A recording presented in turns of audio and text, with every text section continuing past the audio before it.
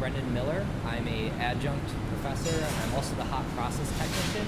And so I teach introductory glassmaking classes, and I also maintain and operate all of the equipment for the ceramics program and the glass program. I've been working in glass since 2000, so it's been about 15 years. That was the first time I actually went into a glass studio and gathered glass out of a furnace. You kind of equate glass making to like learning an instrument. Usually like the easiest way to answer is it takes about 10,000 hours of practice to become an accomplished glassmaker. And that doesn't mean that you're going to be like the best glassmaker in the world.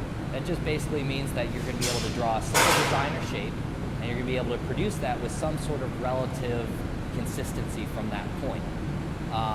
The best glass makers in the world have been doing it for 20, 30, 40 years. So I'm kind of 15 years into that sort of that process. The first piece that I'm really proud of, and it's still very proud of, is my first cup. I walked into the studio at Alfred where I was going for my undergrad, and I had a graduate assistant there to teach me. It was the only glass lesson that I ever received as far as like a hands-on lesson for the first year and a half of working in glass. And I burned myself horribly in the first like 10 minutes. It was like the GA was horrified. It sounded like sizzling bacon. I walked into the other room. I grabbed some paper towels and some duct tape. I wrapped my hands up, and I wouldn't let my professor or my TA go because I wanted to learn the process so bad. It was my first go at it, so I ended up making this little cup. It was about ½ an inch thick, but it was tall and it was straight, and I still have it to this day. And it's one of the only things from the first few years of glass making that I have on display still. So I'm still very proud of that first cup. When I look to make a piece, the first thing I want to do is kind of discover the design or the concept, and then from there you can only get so far. And so usually what I do is I'll spend a lot of time either researching or designing, and then once I get to a point where I feel like I need to kind of dive into the material, I'll have to come into the studio, try out the design, try out the kind of prototype it in a way, and see how it looks, see what kind of opportunities arise through just making.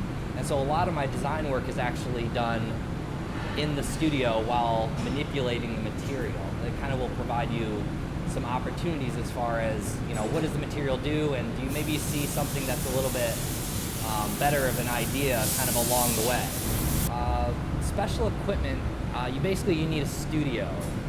So that is comprised of usually a way to heat your glass or melt it.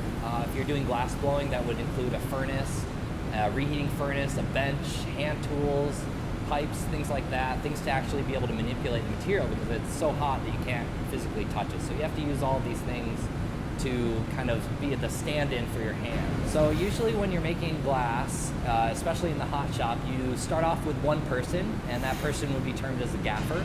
That's the leader of a team, and usually that comprises of 2 people just to start. And so you'll have a gaffer and an assistant. But when you get into more complex work, like when you're assembling pieces that you've prepared ahead of time, and then through hot process, maybe you're attaching them together, you start needing extra sets of hands, and those hands always have to be skilled. So usually it's starting with 2, and then can be worked up with 3, 4 people just to make one piece of glass. Usually when people start making glass, they learn on the first day whether or not they're going to ever want to do it again. It's such a kind of aggressive process to learn, as far as you have to kind of the heat and the activity of it and the coordination that's demanded of you for this material that's so challenging to use. So usually on that first day, the person knows if they want to continue to do it. And the only advice that I could give someone is to just stick with it if they do want to continue making glass. That's usually all you need, because you'll find a way. If you really fall in love with the material, you'll find a studio, you'll find a position. You know, maybe it's just bringing punties 8 hours a day, but it might offer you opportunity to continue working the material. And so if you stick with it, that's usually the best advice that you can have, is just if you know that you want to do it, you just have to blow. You got to do it.